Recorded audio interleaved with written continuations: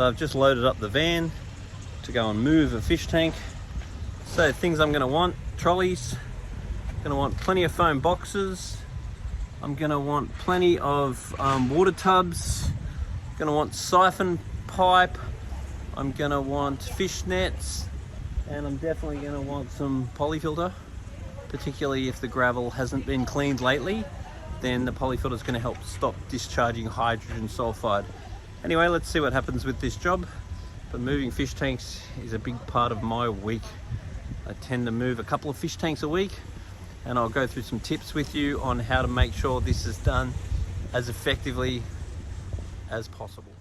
So we're going to move this aquarium now. There is a massive albino Corydoras catfish in there.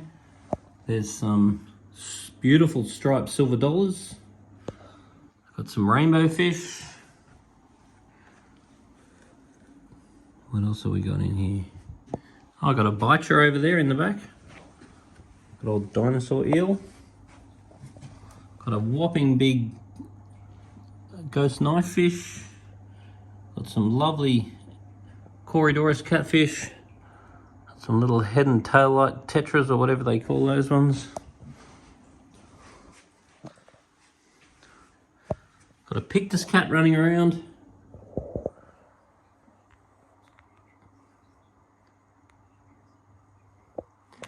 And it's very good to not feed the fish for a week before, or at least a few days before you go doing a move like this.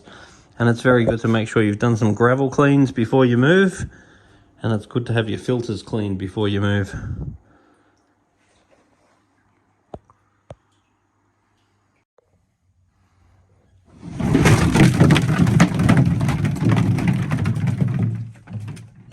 Unpacking the van. Now we're just in the process of relocating this aquarium, and the previous aquarium actually cracked. Now the reason why a tank would crack is if it is not on a completely level, flat stand. So this is a newer tank. It all looks in very good order, but it's really, really important when you install an aquarium to level it properly. You can't have any rock in the aquarium. You need to pack under the legs if need be, but it's really important that the tank is completely level. You also want to make sure that you've got a bit of styrofoam or rubber underneath the tank and the stand. That way, if there is any irregularities of pressure points or whatever, then that should get taken up. But the reason why a tank will generally crack is if it's not a completely flat level surface. So any effort that you've got to take to make sure the tank is flat and level is super important. So what we're doing at the moment is we're just filling up some drums from the aquarium to move the water with the tank, and then we're going to fill up these foam boxes so we can distribute the fish into the foam boxes, as little fish as possible with just enough water to cover the fish. And then we'll start taking this tank apart, getting ready to move it. So when you're moving an aquarium, it's really, really important that you remove the water before you disturb the sand. Because sometimes, if the sand isn't well disturbed, then you can get what's called hydrogen sulfide forming underneath the sand. If they're regularly gravel cleaning the sand, it's not normally the case. But also underneath things like ornaments, when you move it, sometimes you release hydrogen sulfide. This is not common, but when it happens, it sucks balls, because you go to move someone's tank for them and you release hydrogen sulfide and you poison all their fish. And that's an awesome way of looking like a dick. So if you don't want to look like a dick, then what I'd recommend you do is remove your sand and remove the water that you're going to put the fish in before you go disturbing the sand. So we'll get the bulk of the water out before we move the ornaments, and before we do that, then we're going to discard that last bit of water. And at that point, that's when we'll quickly grab the fish out, because they'll be impossible to catch until we remove that. But we have to have the water prepared first before we potentially contaminate the water if we are unlucky.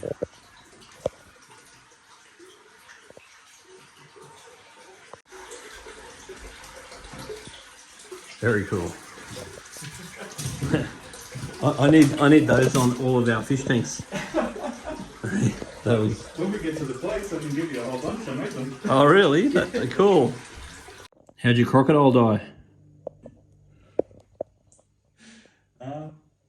Dehydration. Dehydration. And who was that? Was that like your ex-girlfriend or? One of them. There's another one here, but yeah, she wasn't the right one. Oh, you've got a bunch of her remains still in there. Yeah. Anyway, rest in peace, darling. Now, if you've got fake plants in your aquarium, they start looking all shitty. Yeah. Then putting them out in the sun is a good way to revive them. Now, if you have fish like silver dollars in your aquarium, they're going to eat all your plants.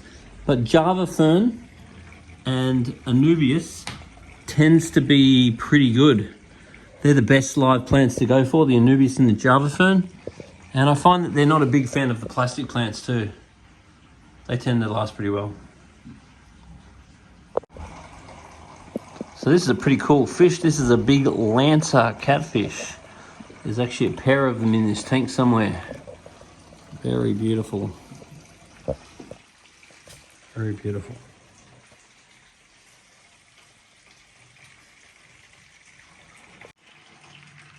Now, in reference to food, these fish have been getting some beef heart, which I'm not a big fan of. They've been getting a bit of bloodworms, which I don't mind a little bit of, but I'm not a big fan of. It's been getting some krill, which I don't mind, but krill's not a super efficient food in reference to the amount of waste versus nutrients. And at one stage it was getting a little bit of Spectrum probiotics, which is definitely one of my favorite foods. And it does get a little bit of Danichi. And Danichi would be my favorite food because it's slow cooked, it's not processed.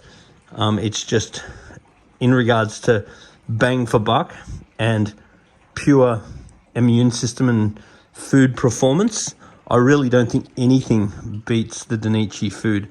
So a lot of my day is doing consultations, and what I find is I'll go to one person's house and I look at the fish and they look okay. I test the water and it's terrible. And sure enough, I look in the cupboard and I find Danichi food. Then I'll go to the very next house and all the fish are dying. And I'll test the water. It's not that bad. It's nowhere near as bad as the last house.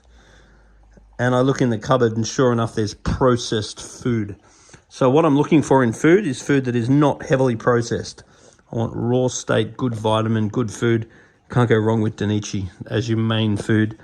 And economics is often a false indicator for food because fish keeping is 50% about nutrients and 50% about water quality. So half of fish keeping is the food you choose. And the better quality foods, they definitely cost more. And you might go, oh shit, I'm spending all this money on food. But the amount of food that you put in the tank is actually very low compared to the money that you're going to spend or the amount of food that you need to put in with the lower quality foods. So the higher quality foods are going to deliver a lot more nutrients to your fish. Therefore, you can actually feed a lot less of it. Low quality foods, you need to feed more to keep the fish looking fat and healthy. Well, not too fat, but healthy. And because if you eat shit food, you're going to end up looking like her or her.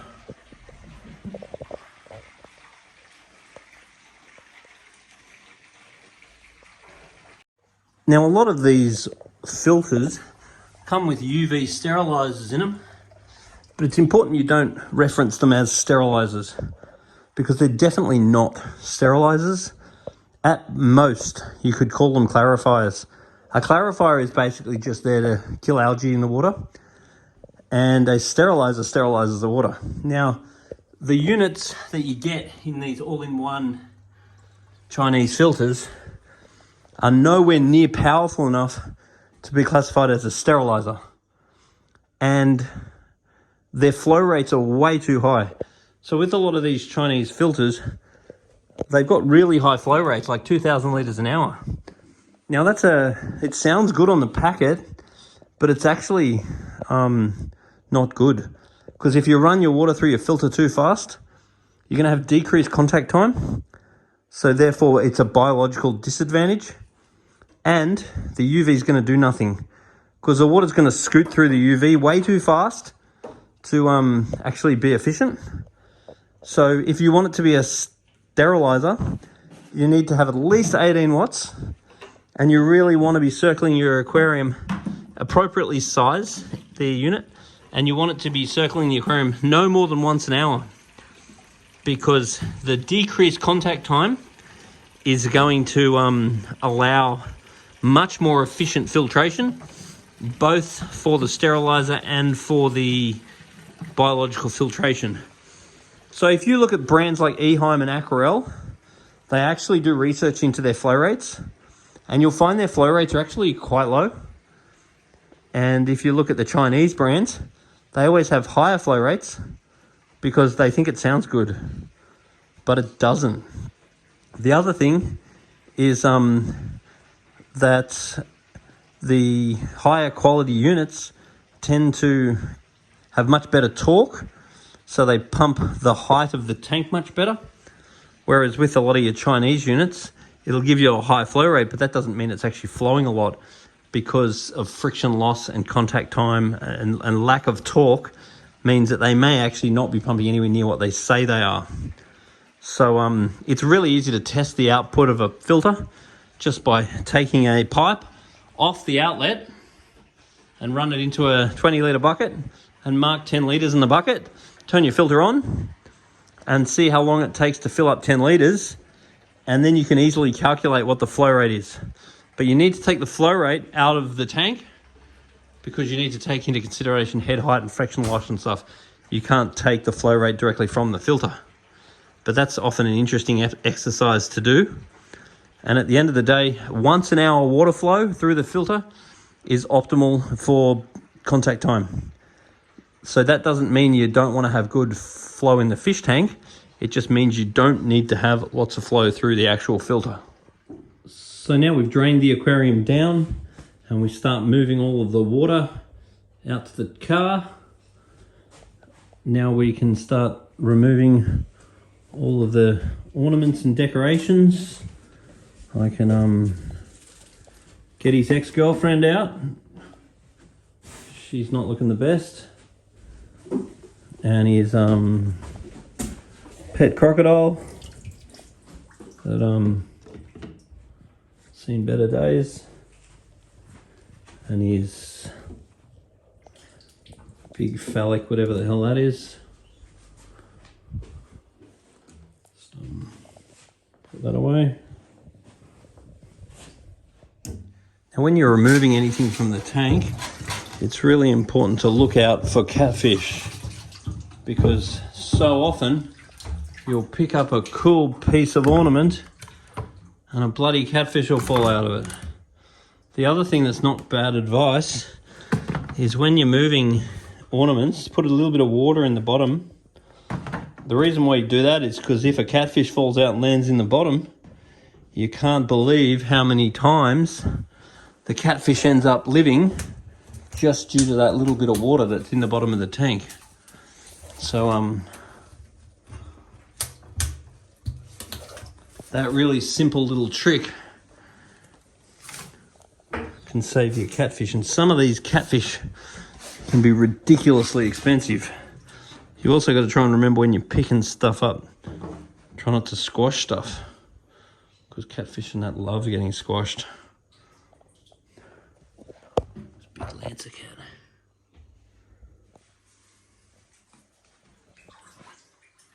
So now that we've removed the ornaments, we've got the fun job of catching the fish. So now what we're going to do is start netting these fish out. Let's have a look what we got here. We've got a beautiful clown loach and a pictus catfish. We've got a nice severum. So we've got 3 of these arranged for the fish, and it's really important that we don't put too many fish per box because they'll all be competing for oxygen in there. Now when we're catching the fish, so we want to move nice and slowly, just like this. Just coach the fish into the net. A whopping big nice fish. Just release him in there. There you go, Bob. Now you got to be super careful with the catfish because the catfish gets stuck in the net. That's a pain in the ass. Well, it's not really a pain in the ass. There you go. And then if that happens, you just open the net up, spread the net nice and wide, and plop, out falls the catfish. We've got heaps of snails in here, which is amazing considering how many clownloads you've got. So, did you get any decrease in fish when you got clownloads in the snails? A little bit. There was quite a few. But clownloads just took down all the big snails though. So once again, when they get caught in the net, all we want to do is open the net up and let the fish get out. So now we're going to discard this last bit of water. We'll go and get all the snails out. Now what we've done is evenly spread the fish out. But what's really important is that we put the fish in just a little bit of water, preferably just a little bit. So when they swim, we really want them agitating the surface. We don't want to put them in a deep amount of water because we want to keep their dissolved oxygen level and redox potential high. And the way that we'll do that is by having very shallow water. They transport much better in shallow water. So it's always amazing when you're pulling a tank apart how much crap ends up on the bottom. This tank's pretty much a best case scenario. Most of the time it's much worse. Got some mussels and some mussel shells and snail shells because there's a bunch of clown loach in this tank. These snails are going to be food. The other thing we've got to be aware of is this sand's super fine. So this sand can go anoxic very easily. And what happens is if you start getting hydrogen sulfide building up in the water underneath your ornaments, it can be quite poisonous. So giving the sand a bit of a clean when you move the sand is quite a good idea, just in case you get hydrogen sulfide, because you can't always smell it. Normally you can, depending on what the level is. So just pulling these snails out. Now we really don't want to lose that suction because you'll never restart it when you get to the last bit of the tank. And has this had some lacquer or something on it? No, it's still brand new. Yeah. Maybe some oil. It's a really good idea to do that, just help it last longer. Easy to say now. But even when you are doing it for future reference, if you've got a stand like this, it's really good to lacquer the whole thing and even turn it upside down, because there's times when you might spill a bit of water and it sucks up into the timber, which is not ideal, or gets underneath the timber. This is all pretty solid timber, so this would do pretty well. But whatever you can do to protect your timber is always a good thing to help stop it from falling victim to water. Now there has been some eels in this tank, so we're going to have to be super careful of this sand because it's not uncommon to have the eels hide under the sand. The eels are getting a bit of size now, so they're starting to come out a lot more than when they were younger. When they're young, they hide a lot more. But we're just going to have to keep an eye out. If we get some wiggling sand, we'll have to get those eels nice and safe. Just keep an eye out. And keeping a head count on your fish is a very good idea at this stage. So now we're just loading all the water into the van for Troop 1. We'll move all the water and we'll move the stand, and then we'll come back and grab the tank and start setting her up.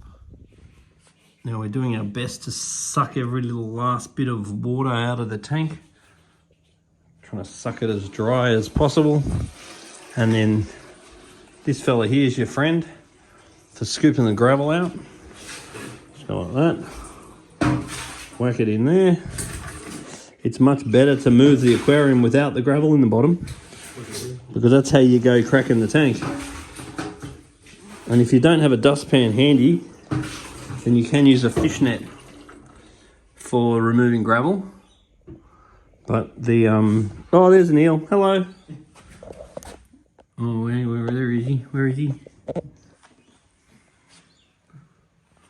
And see all the ruffling. Whee! It's very hard to get a photo of him. Oh, there he is. He's run aground. All right, buddy, we better go get that eel sorted. Now, it's unbelievable how heavy, particularly this fine gravel is.